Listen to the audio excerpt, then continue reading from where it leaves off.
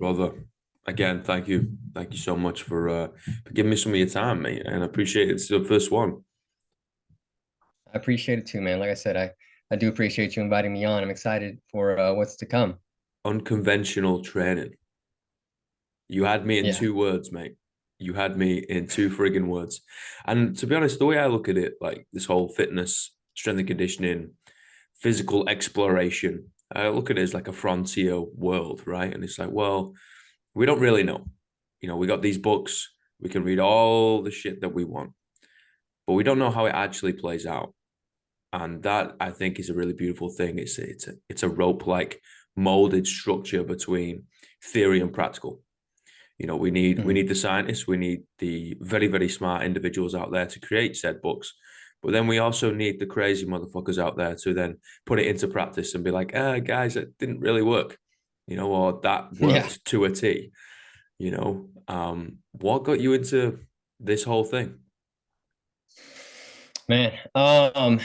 Yeah, so with unconventional training, it's been a weird journey. So, I've been training since I was I don't know, maybe 12 years old, 13 years old. My dad got me into it, just basic kind of calisthenics around the house, right? Remember the old school perfect push up, that Yeah, would rotate in and out. We yeah, had one of those, a janky looking like pull up bar that hung from our door. So, I got into it pretty early. And then I fell in love with the weight room, in high school, weightlifting. Um, and from there, it kind of just took off, to be honest, man. So, I went into the Air Force. I'm still in the Air Force. Physical health is a big part of any military. I believe, right? Army, Air Force, Navy, Marines. We take a lot of pride in our physical health. So, it was just basic conventional lifting, right? Basic conventional lifting for years: the bench press, deadlift, squats. The typical bro lifts, right? Then I got into powerlifting, did powerlifting for, something like 3 or 4 years. And it just got repetitive, man. Like a lot of things, it just got real repetitive. It's just the same thing over and over and over again. So powerlifting from 2018, 2021, let's say, we move out here to Arizona, right? Military move. We came out here and started setting up my garage gym a little bit more, started acquiring more freaking equipment. And one day I'm scrolling through Instagram and I see this dude. I don't remember who it was. It might have been like On It, like the On It web, the On It gym in Austin, Texas, I believe. Saw somebody throwing around a mace, and I mm, was like, "What the hell?" Like, what is that? And honestly, man, from there, it's kind of history. I ended up buying a steel club, a 10-pound steel club, nothing crazy. Eventually got a 15-pound steel club. Then I got some freaking club bells. Then I got sandbags. And um, fast forward like maybe a year from there, after kind of messing around with them a little bit, I deployed to Qatar. Right when I deployed to Qatar, I was messing around a little more with kettlebells, sandbags, kind of getting the hang of them a little bit more. Still real awkward with the lifts. If I go back and I were to send you some videos, man, it's kind of embarrassing really to look back and laugh at them, but it just shows the progression, as well. yeah. Um, but then, I deployed to Qatar. I bought a mace from CK Mace Works. Maybe you've heard of them on Instagram. Took a mace or a club actually with me to Qatar. And while I was out there for 7 months on my deployment, was just honest. I think I was swinging around a club every single day. Mm. Got into kettlebells out there a lot more. Was lifting kettlebells, sandbags, clubs, just doing a lot of unconventional style lifting, opposed to what the norm was, especially out there. I get all kinds of crazy looks, swinging around a club outside in Qatar. Like people be like, what the hell is this guy doing over there? Came back here and it's just honestly, man, it's just taken off. I love it. It's so much fun. It's different. It's challenging. It's been a freaking journey, man. And I just want to grow, with seems like a lot more people right now are learning about unconventional training, picking up kettlebells, picking up clubs, sandbags. Mm. Um, and I'm just here to kind of just share the journey, with my Instagram account. So it's been fun, man. I love it. I think it's awesome, man. I really do. I think the more avenues we can go down and figure out in terms of this fitness journey, this fitness, umbrella, as I like to think about it. yoga, Pilates, throw it all in there. It's all under the same thing, Yeah. Zumba, mace, kettlebells, CrossFit, powerlifting, strongman. It's all under the same thing, right? We're all trying to explore something physical to then unlock something mental, right?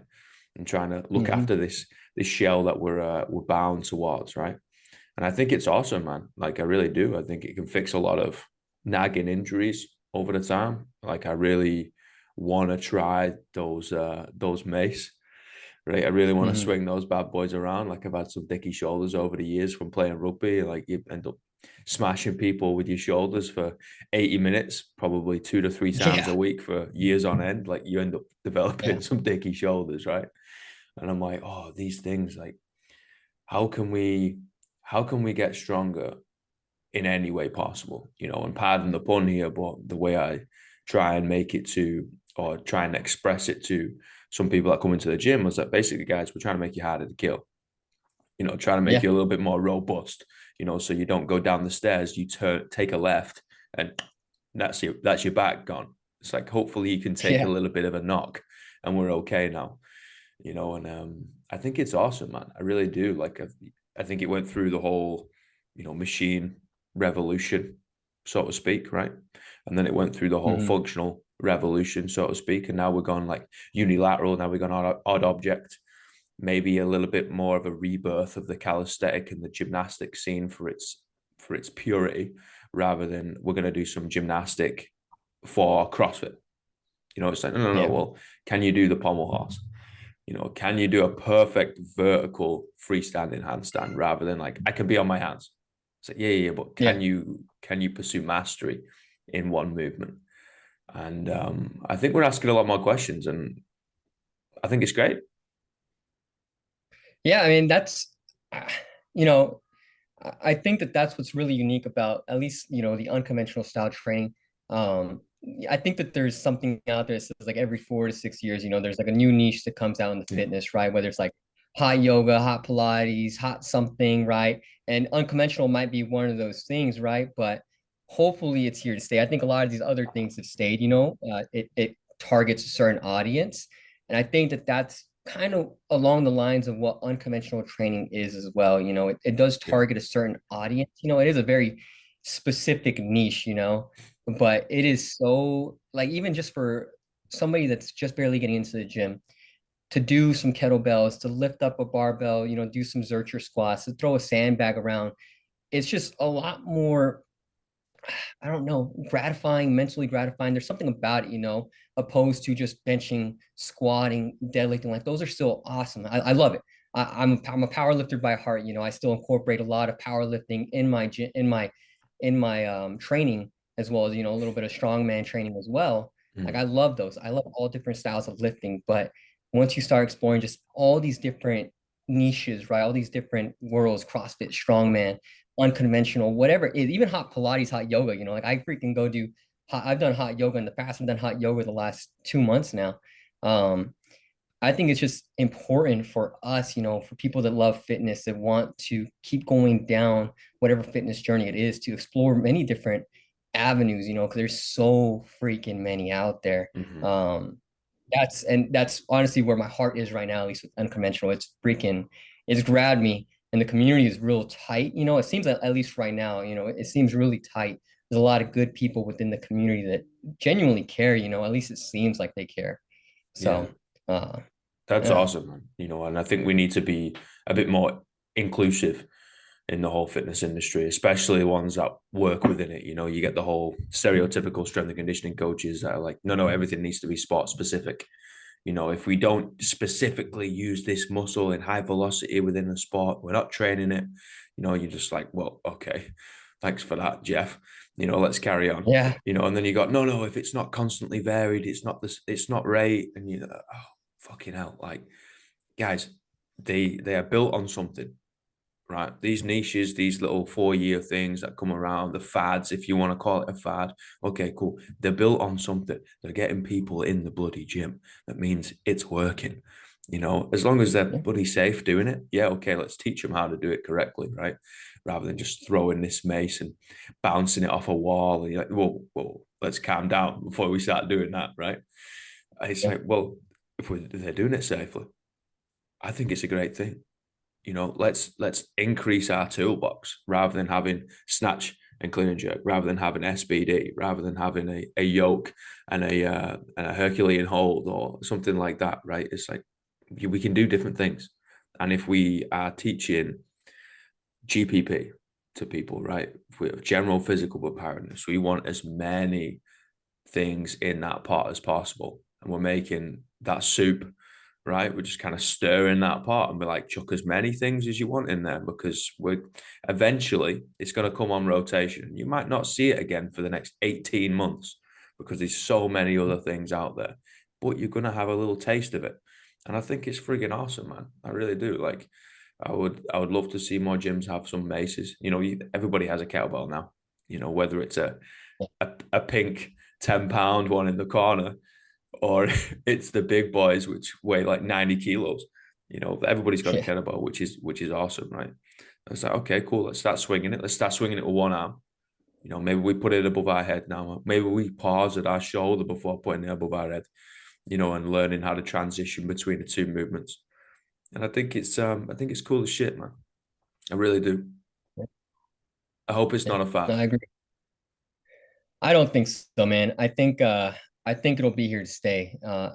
That's my opinion. Like you said, I think everybody has a kettlebell now in their gym, right? And that's what's so awesome about kettlebells or clubs or these maces is they're small enough to kind of take anywhere you really want. Like you Yeah. keep it in your car, you keep it in your garage, you keep it in your room, um, anywhere, right? You don't have to have some crazy garage gym setup. You could have an 8 kilo freaking kettlebell, and get a good workout and it's a good starting point as well. Like learn how to pick up, learn how to row the kettlebell, learn how to clean the kettlebell. Let's learn how to snatch the kettlebell. All the things you said. I think that I think it'll stay, man. That's just my opinion, but who Mm-hmm. knows? It might go away. It might just be a fad, but I'd, hopefully not, man. I'd talk about progressions too, man. I think we jump people onto the barbell way too quickly. And I've been guilty of it in the past. We kind of get ahead of ourselves. We're like, oh fuck yeah, let's lift this 20 kilo, 15 kilo barbell. You're like, first of all, they've just learned how to body weight squat, mate. They've just learned how to do a push-up. They can barely even put a broomstick above their head. They don't even know what a deadlift is yet. They still think it's bad for the back. It's like, well, let's bridge that gap a little bit. Let's give them a dumbbell. Let's give them a kettlebell. Let's get the integrity of the shoulder joint a little bit more strong and sturdy, right? And let's give them this mace, which is £5, £10, rather than a freaking 45-pound bar. It's like Yeah, let's bridge that gap a little bit. There's a reason why we got training bars. They're not just kids bars. We can give yeah, them to adults. They can be real rehabilitation tools. Like I think it's great, dude. I really do. I think it's more of a ignorance piece from a coach's perspective of like, I don't really know how to do this myself. So I'm just gonna be like, nah, let's push that in the corner, rather than like, well, I don't know how to do this myself. Let's go ask somebody who does. Let's bring them in. Let's yeah, get a workshop going on. Let's get qualified up. Let's go experiment with myself, rather than getting a group of 16. It's like, let's start swinging these metal things. Like, yeah. fuck. Everything's progression, man. And as a coach, you're gonna have different clients, different team members, different whatever, right? That are either really advanced, or literally just starting, right? And everything is about like, well, let me figure out where every single person's at and cater to their specific needs, right? I think that that's something that we might lack, like we do want to just jump right into it. You talked about bridging the gap. I think that that's a big thing. I think that you have to be able to show humility within yourself first. And, you got a lot of ego lifters, a lot of different, ego is a big part of it, man, in any aspect of life, really, right? But you can see it in the gym a lot. People are gonna, they might have never picked up a mace, right? Let's just use the mace for example. They end up picking up a 50-pound mace. I can't even swing a 50-pound mace, right? But you might have a beginner, and next thing you know, they're just jacking themselves up, right? But every it starts with humility, right? Like, let me see where I'm at. Let me fix myself first before I can start fixing other people as well. I think that's kind of where that bridging the gap does start is within ourselves, as coaches. Yeah, that ego is a big thing, right? Yeah. It's always at the door, man. You got to keep it in check 24/7. Like if we keep our head in the sand, that motherfucker's gonna grab hold of you. It changes how we look at people. It changes how we walk. It changes how we act. Like, how do you keep your ego in check? How do I keep my ego in check? That's a good question, man. I think it just starts with recognizing like, is my ego playing a part right now? You have to ask those questions within yourself first, right? Um, like I said, I'm a power lifter by heart. I love powerlifting. I love chasing the numbers, right? Like getting the next big PR. But there's a difference between like playing it smart and then letting your ego take those numbers instead, right? How can I efficiently and safely lift up possibly, 100% 1 RM, while still maintaining some kind of proper mechanics, opposed to, all right, here we go. I struggled with a 405, right? Let me try throwing a 455. Right? That's where the ego plays in, right? Or you really just got to check yourself first, man. I think a lot of people struggle with that though. They don't really know how to ask or start by looking at themselves first. Um, I think I've learned a lot of that through the military, though, to be completely honest, just leaving your ego at the door. I've had a lot of good leaders in my past, mentors that have helped me out. It's not just ego lifting, it's your ego in general. Your ego plays a big, big part in just how you conduct yourself daily. So really to start with just asking like a question like, is this my ego talking or is this, something smart that I can do? Mm, that self-awareness piece, man. You know, questioning Yeah. yourself, acknowledging your own bias. Am I coming from a point of bias right now? Am I pushing away a different perspective or a different thought process just because no, I have to be right? It really does corrupt, especially a dude, man. A young male mind. It's so close-minded. And that's one of those things where, especially when I see him come through the gym, and we're all guilty of it, mate. Like, I'm guilty of it myself, but you see him come through the gym, and you're youth athletes, right, or youth members of society, and you're just teaching them life through the medium of fitness. That's all we're doing. It's some of them are going to go pro, most of them won't, and that's okay. But it's like you're so one-sided. Like you see life through one lens. It's like you're Yeah. wearing like these goggles all the time, and you're like, guys, if you just take those goggles off and put on a different set of goggles and be like, well, this is Adam's goggles, and you're like, well, I see the world completely different now. You're like, yeah, precisely. You have to be able Man, to question yourself, right? what you're talking about right now, man, is, kind of what I teach. It really is at its core what I teach about. Um, not strength training at all, right? But it Mm. is. I teach a bunch of students, right? I have students that I teach. That's my job. And day one, when they walk in, we're developing them becoming leaders of the Air Force, right? Like that's my job, is to develop them stepping into their next leadership roles. Day one, once they're brand new in this class, brand new people, classroom of 12 to 16 individuals, right? Brand new faces they never worked with, or maybe there's some that they have worked with or might know. But it is like, hey, your time here, you're short 5 weeks here. You can either gain a lot or you can gain a little. And it's all based off of how much you are willing to put into it. First off, it's about how much you're willing to put into it, but as well as not being closed-minded, allowing yourself to be open-minded to so many different perspectives. You talk about biases, right? We Mm. all have unconscious biases, whether that's why they're called unconscious biases, right? Um, but you're able to adapt and open and have an open mindset. You're now able to pull different perspectives from everybody, right? You're used to seeing like this. Now you're slowly opening up, like, holy shit, I never thought about it like that. Holy shit, I never thought about it like that. Walking in somebody else's shoes, man. Once it translates to the gym too, right? Like I see it Yeah. on I see it on social media, right? Like going back to different niches, people will shit on anybody, right? Especially like the haters on Instagram or stuff like that. I say haters with quotations, but Yeah. Yeah. um, they're so quick to jump and and shun out whatever it is that you might be doing. But it's like, oh, like why are you being so closed-minded? Like why not open your mind up and maybe try some hot Pilates, try some hot yoga. Why not try some unconventional lifting? It doesn't have to be so straightforward. My way is the highway. You're speaking my language, man.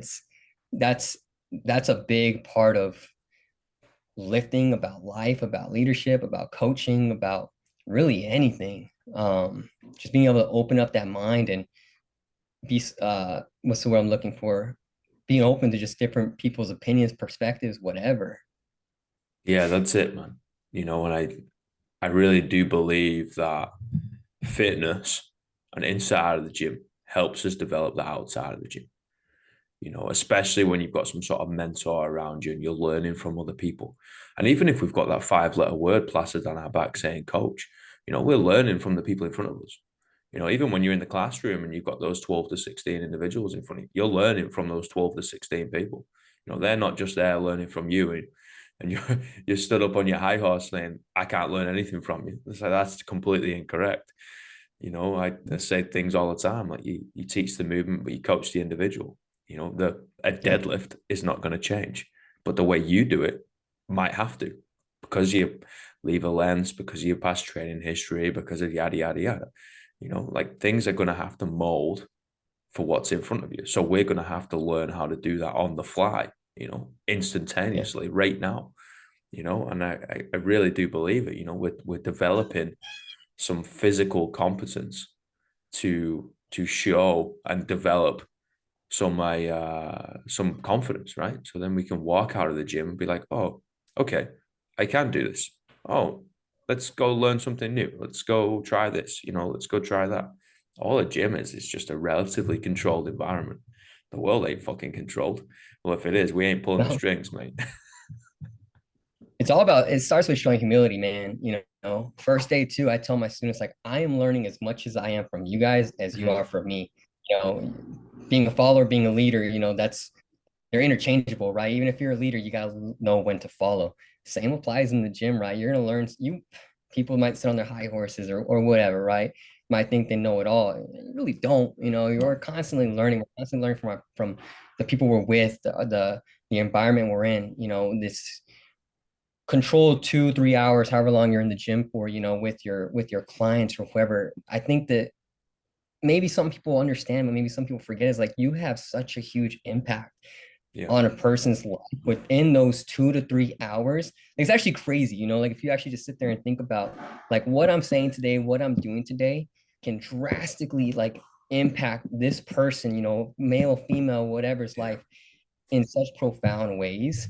Um, and I think it does, besides, working out and aiming for goals, whatever goals you might have in the gym, it does start with building a relationship, building trust within the people that you are surrounded with.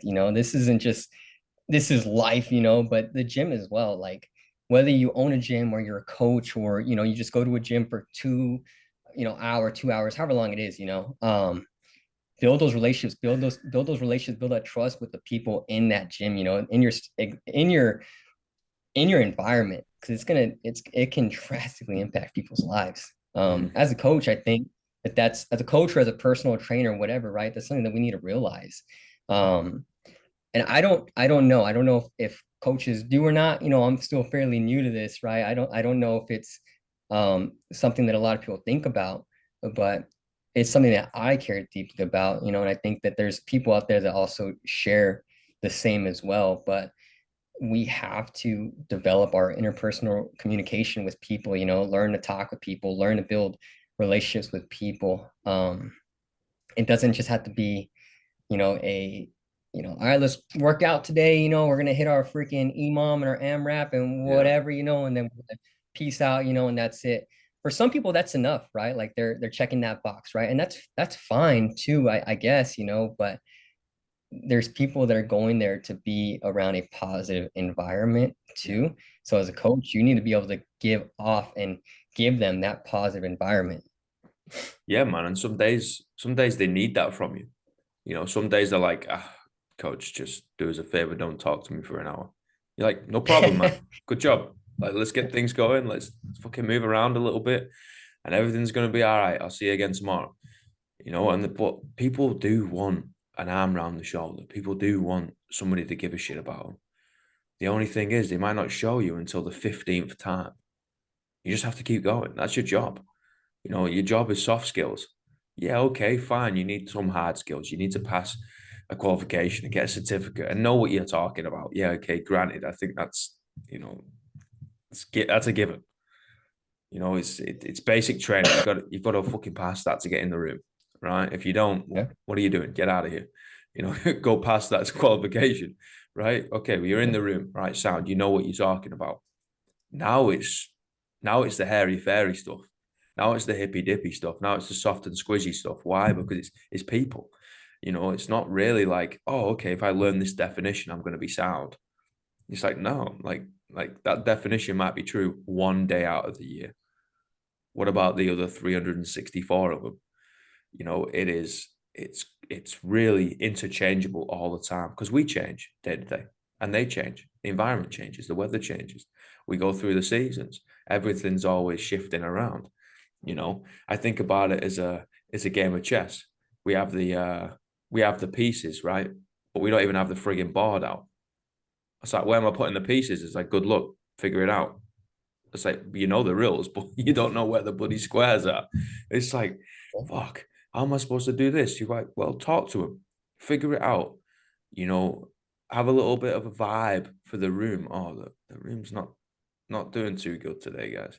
You know, like the other night, it was last week, last class of the night. They're usually the best. Why? Because they want to talk a little bit more shit, right? They want to laugh a little bit more. It's been a long day. You came in, room was stale as a motherfucker. I was like, guys, what's wrong with you tonight?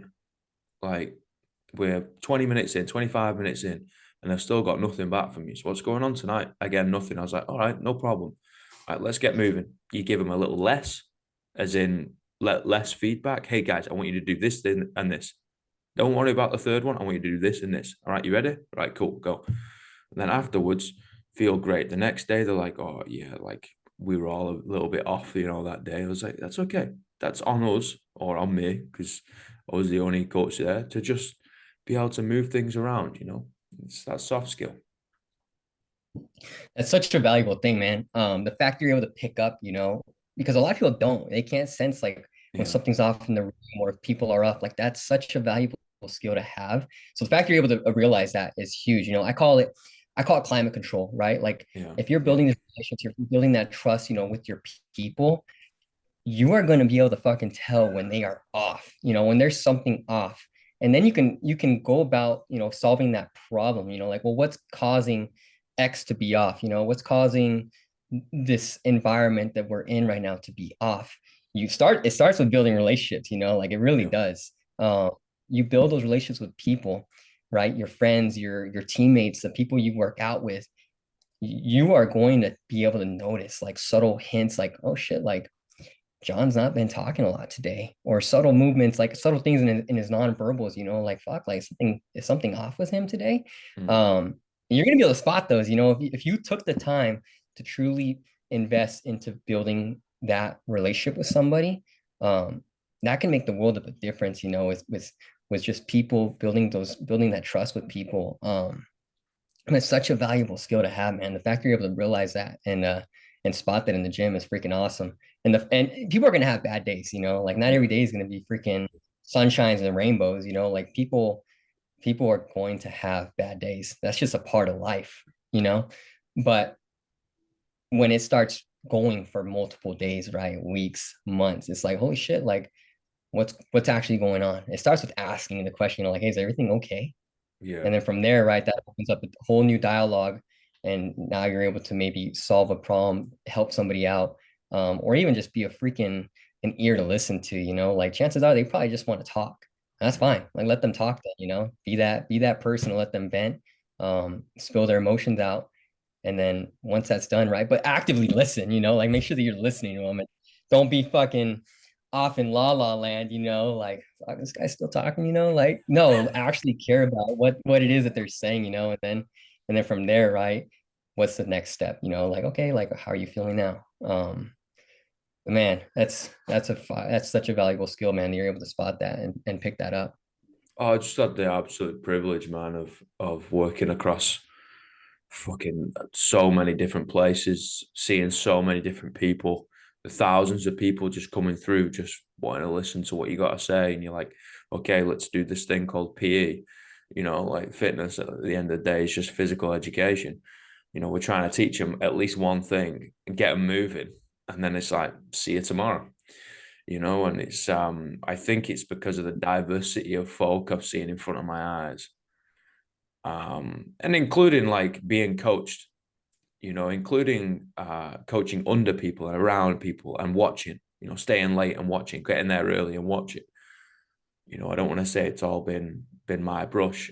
It's just you'd be seeing different folk and you're like, oh, okay, this has got to this adapts here and this changes here. And, it's never been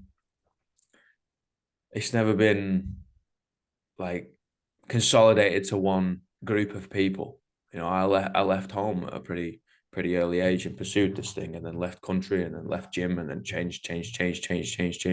It's like you just see so many different people from everywhere, different experiences, Yeah. different stories, and you're like, yeah, this is mint. We're all friggin' human. Let's do it. And you end up having to figure out a way to understand the room rather than just verbally. You're like, oh, okay, something smells different today. All right, sound. We're gonna have to change the way we communicate a little bit, and that's all right. That's our job. But brother, I got three Yeah. questions. Yeah. Let's hear it.